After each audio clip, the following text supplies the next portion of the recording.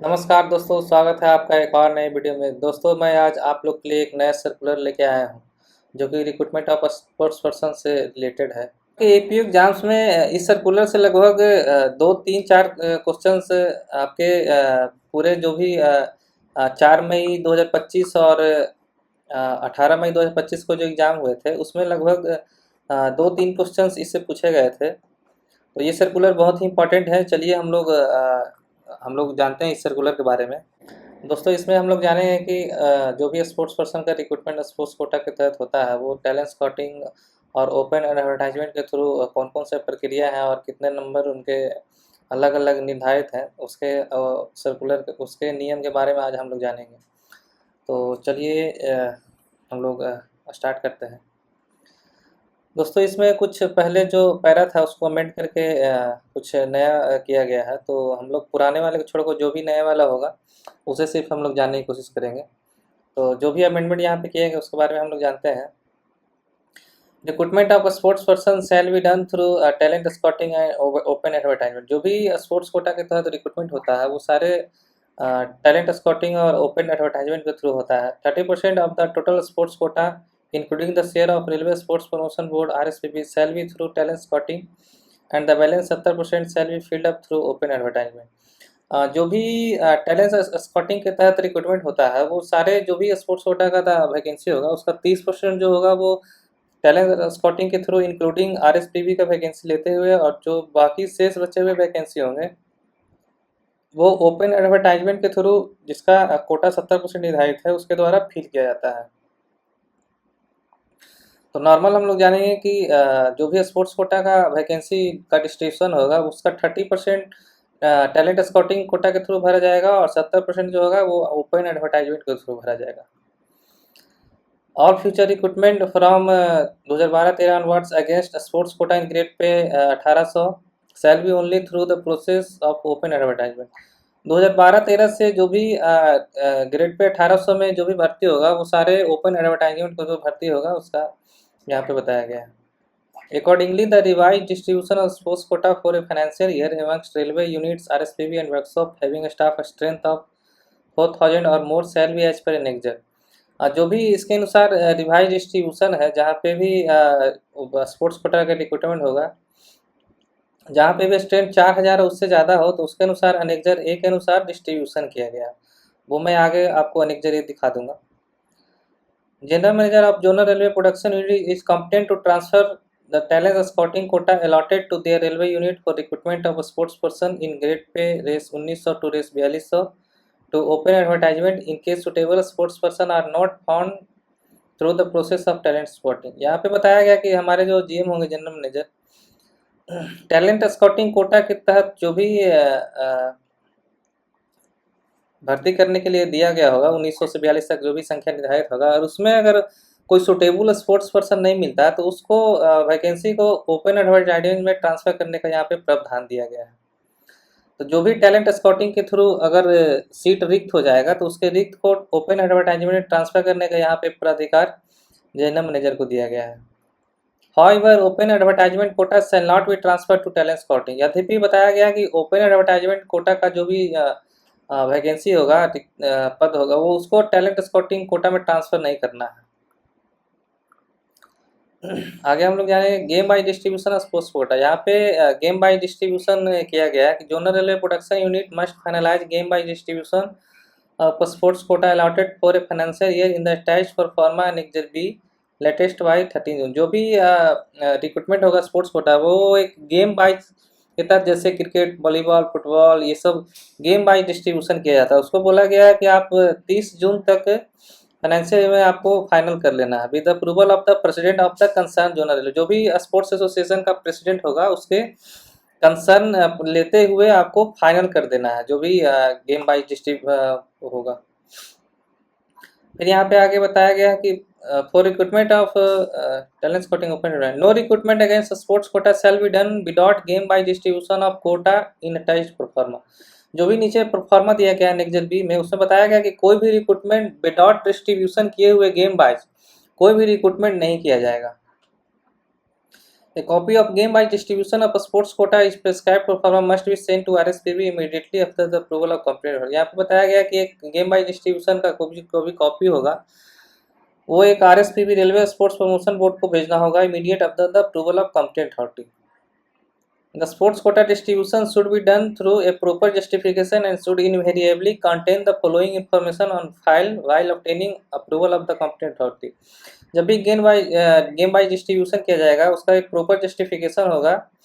वो इस प्रकार होगा कि name of a sports discipline जैसे एथलेटिक्स, हॉकी, बॉक्सिंग जो भी नाम होगा, इवेंट किस प्रकार का है like 100 metre, goalkeeper, 54 kg, wicketkeeper, जैसा भी गेम हो उसका जो भी इवेंट होगा उस तरह का एक प्रोफार्मा बना के जस्टिफिकेशन आपको करना है। आगे देखते हैं हम लोग। In team sports only sports person who have actually played the sport in field shall only be eligible. जो भी टीम स्पोर्ट्स जैसे ग्रुप गेम्स होते हैं उसमें जो भी स्पोर्ट्स पर्सन एक्चुअली गेम को खेला होगा फील्ड में उसी को सिर्फ हम एलिजिबल कर सकते हैं। Therefore a sports person who is represent as member of a team in any recognised sports event championship but has actually not played in the field shall not be considered for recruitment against sports quota। और जो भी team sports में जो भी जैसे खिलाड़ी जैसे cricket में हमारा 11 प्लेयर मैदान में होते हैं और बाकी जो भी 15 सदस्यीय या 16 सदस्यीय टीम होगी तो उसमें जो भी टीम के अतिरिक्त 11 के अतिरिक्त जो भी मैदान में नहीं उतरेगा तो उसको हम लोग स्पोर्ट्स कोटा के थ्रू रिक्रूटमेंट में हम लोग नहीं ले सकते हैं। जिसने एक्चुअली गेम में रिप्रेजेंट किया होगा, फील्ड में भाग लिया होगा, सिर्फ उसी को ही स्पोर्ट्स कोटा के तहत रिक्रूट करना है। फिर यहाँ पे बताया गया कि for recruitment against sports quota recognised sports achievement should be in the current and और immediate previous 1 financial year in the case of talent scouting. यहाँ पे कुछ अचीवमेंट का को भी लेना है रिकॉग्नाइज टैलेंट स्काउटिंग के थ्रू। तो टैलेंट स्काउटिंग के मामले में जो भी रिक्रूटमेंट स्पोर्ट्स कोटा के तहत होगा तो उसका अचीवमेंट करंट में और जो भी पिछले फाइनेंशियल ईयर में जो उसका अचीवमेंट होगा उसको काउंट किया जाएगा। और जबकि ओपन एडवर्टाइजमेंट में करंट ईयर और पिछले 2 फाइनेंशियल ईयर को हम लोग काउंट करते हैं उसका जो भी स्पेशल अचीवमेंट होगा। जैसे यहाँ पे बताया गया है कि for example in the case of recruitment through talent scouting, जो भी टैलेंट स्काउटिंग का होगा तो उसका पिछला 1 साल का हम लोग अचीवमेंट देखेंगे।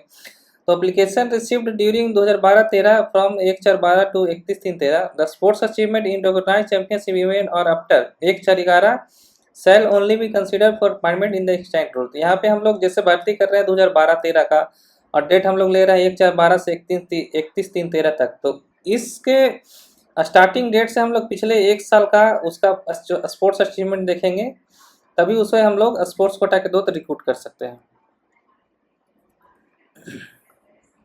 और यहाँ बात रही for this purpose the period shall be counted from the date of received of application in the case of talent scouting and from the date of notification in the आगे चलिए।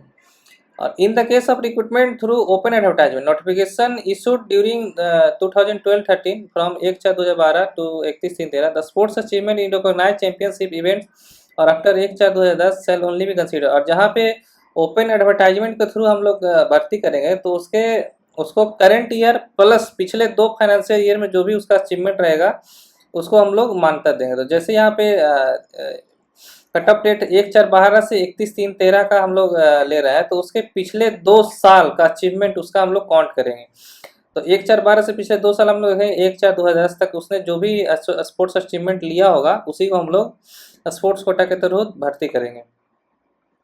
In both cases, for validity of a sports achievement, calculating day of championship event shall be taken into account। जो भी sports achievement का जो भी निर्णायक day होगा उसको भी काउंट किया जाता है।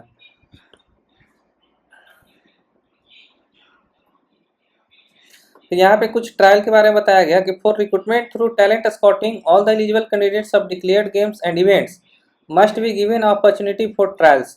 जो भी टैलेंट स्काउटिंग के तहत रिक्रूटमेंट होगा तो जो भी एलिजिबल कैंडिडेट्स होंगे डिक्लेयर गेम और इवेंट्स का उसको मस्ट भी गिवन उसको अपॉर्चुनिटी दिया जाना है ट्रायल के लिए। और any eligible candidates of declared game and event approaching the railway for recruitment through talent scouting should immediately be registered and given a date for trial और ड्यू कोर्स। और जो भी एलिजिबल कैंडिडेट्स होंगे declared game और event के लिए उसको registered करना होगा ट्रायल देने के लिए। Trial of the candidate shall be conducted and completed with in 1 month. जो भी ट्रायल होगा वो 1 महीने के अंदर कंप्लीट करना होगा from the date of receipt of application from the candidate. जो भी कैंडिडेट से एप्लीकेशन प्राप्त होने की तिथि से 1 महीने के अंदर उसको ट्रायल ले लेना है। Receipt of the case from railway board sports council और other formality including issue of offer appointment must be completed within 3 months from the date of receipt of. और जो भी उसका ऑफर ऑफ अपॉइंटमेंट यदि वो trial में उत्तीर्ण हो जाता है तो उसको ऑफर अपॉइंटमेंट एप्लीकेशन रिसिप्ट प्राप्त होने की तिथि से 3 महीने के अंदर दे देना है। In the case of receipt of application case before the game by distribution of a sports quota, the 1 month period for trial and 3 month period for completing all formalities shall be counted from the date of approval of competent authority for game by distribution। और जहाँ पे भी game by distribution का होगा वहाँ पे receipt application प्राप्त होने की तिथि से 1 महीने के अंदर ट्रायल ले लेना है और 3 महीने के अंदर सारे फॉर्मेलिटी को पूर्ण कर लेना है। तो ये हमारा एक आरवी 52/2012 का प्रक्रिया जिसमें recruitment of sports person on zonal railway production unit against sports quota का जो भी भर्ती होगा उसके बारे में यहाँ पे बताया गया है। दोस्तों इस सर्कुलर से अभी जो हाल ही में एपीयू का एग्जाम्स दिनांक 4 मई 2025 और 18 मई 2025 को हुआ था उससे लगभग 1-2 क्वेश्चन आए थे। क्वेश्चन इस प्रकार पूछा गया था, मैं पहले आपको क्वेश्चन दिखा देता हूँ। ये दिनांक 4 मई 2025 को जो पेपर हुआ था उसमें पूछा गया था इस सर्कुलर से कि what is the quota allotted to headquarter of each zonal railway and each division of zonal railway for recruitment against sports quota through open advertisement in level 1। जो भी स्पोर्ट्स कोटा का रिक्रूटमेंट ओपन एडवर्टाइजमेंट के through level 1 में होता है उसका each zonal railway और each division में कितना कोटा अलॉटेड है। तो यहाँ पे आंसर दिया गया था हेडक्वार्टर में 10 कोटा और इस डिवीजन में 5 कोटा लेवल 1 का डिसाइडेड है। हम लोग सर्कुलर में भी देख लेते हैं। ओपन एडवर्टाइजमेंट के थ्रू लेवल 1 में हमारा यहाँ पे कोटा निर्धारित पूछा गया था। तो headquarter of each zonal railway में ओपन एडवर्टाइजमेंट के तहत हमारा 10 निर्धारित है, 10 कोटा, और each division of zonal railway में हमारा 5 निर्धारित है। इसी प्रकार हमारा जो 18 मई 2025 को हुआ था इसमें भी एक क्वेश्चन आए थे कि स्पोर्ट्स कोटा के तहत जो भी ओपन एडवर्टाइजमेंट में भर्ती होता है वो लेवल 4 और 5 में उसका हर एक जोनल रेलवे प्रोडक्शन यूनिट में कितना पद निर्धारित है, कोटा निर्धारित है। तो इसका ऑप्शन आंसर आया था हमारा जोनल रेलवे में 5 और प्रोडक्शन यूनिट में 2 निर्धारित है। हम लोग यहाँ पे लेवल 4 और 5 में ओपन एडवर्टाइजमेंट तो देख लेते हैं। यहाँ पे लेवल 4 और लेवल 5 में ओपन एडवर्टाइजमेंट के तहत ईच जोनल रेलवे और ईच प्रोडक्शन यूनिट में आप पूछा गया था। तो जोनल रेलवे में हमारा टोटल कोटा जो निर्धारित है ओपन एडवर्टाइजमेंट तो लेवल 4-5 में हमारा 5 निर्धारित है और ये हमारा पर यूनिट प्रोडक्शन यूनिट हो गया तो लेवल 4 और 5 में हमारा 2 निर्धारित है। इसी प्रकार एक और क्वेश्चन आया था, which of the following is correct about the period of reckoning sports achievement for recruitment against sports quota through talent scouting। यहाँ पे टैलेंट स्काउटिंग के रिक्रूटमेंट से रिलेटेड कुछ यहाँ पे अचीवमेंट के बारे में पूछा गया था। तो टैलेंट स्काउटिंग कोटा के तहत जो भी अचीवमेंट से काउंट किया जाता है वो करंट ईयर और पिछले एक फाइनेंशियल ईयर का जो भी उसने अचीवमेंट लिया होगा उसका काउंटिंग यहाँ पे किया जाता है। और ओपन एडवर्टाइजमेंट के तहत जो भी अचीवमेंट हम लोग काउंट करते हैं वो हम लोग करंट ईयर और पिछले 2 साल का फाइनेंशियल ईयर का हम लोग काउंट करते हैं। तो इस स्थिति में टैलेंट स्काउटिंग के तहत हम लोग करंट ईयर और 1 फाइनेंशियल ईयर का हम लोग देखेंगे। यहाँ पे 2 फाइनेंशियल ईयर ये नहीं होगा। The sports achievement shall be in the current और immediate preceding 1 financial year and sports person shall be active. ये हमारा पे ऑप्शन नंबर बी हमारा सही रहता। इसमें हमारा सर्कुलर में भी यहाँ पे बताया गया है कि जो भी हम लोग अचीवमेंट काउंट करेंगे for recruitment against sports quota recognise sports achievement should be in the current and और immediate previous 1 financial year in the case of talent scouting. Talent scouting का हम लोग जो भी स्पोर्ट्स कोटा के तहत अचीवमेंट लेंगे वो करंट ईयर और पिछले 1 साल का लेंगे और ओपन एडवर्टाइजमेंट तो करंट ईयर और पिछले 2 फाइनेंशियल ईयर का लेंगे। तो ये बहुत ही इम्पोर्टेंट सर्कुलर था जिससे इस बार के एपीयू एग्जाम्स में अच्छे क्वेश्चन आए थे। दोस्तों ये हमारा एक छोटा सा वीडियो था जो कि लेटेस्ट जो एग्जाम्स हुए थे एपीयू के उसमें पूछे गए सवाल कुछ क्वेश्चन थे उस पर आधारित था ये सर्कुलर। तो ये सर्कुलर बहुत ही आने वाले एग्जाम्स के लिए बहुत ही इम्पोर्टेंट है। एलडीसी एग्जाम्स जो भी आएंगे आगे उसके लिए बहुत ही इम्पोर्टेंट हो सकता है, इससे क्वेश्चंस भी कुछ पूछे जाएँ। तो आप लोग भी ज़रूर पढ़ लें। इस पीडीएफ को मैं वीडियो के डिस्क्रिप्शन में अटैच कर दूंगा। आपको ये वीडियो कैसा लगा हो तो ज़रूर कमेंट करके बताएं, और चैनल को लाइक करें, सब्सक्राइब करें और अपने दोस्तों के पास भी शेयर करें ताकि उन्हें भी जानकारी मिलती रहे। इसी के साथ मैं वीडियो को यहीं पे समाप्त करता हूँ। धन्यवाद।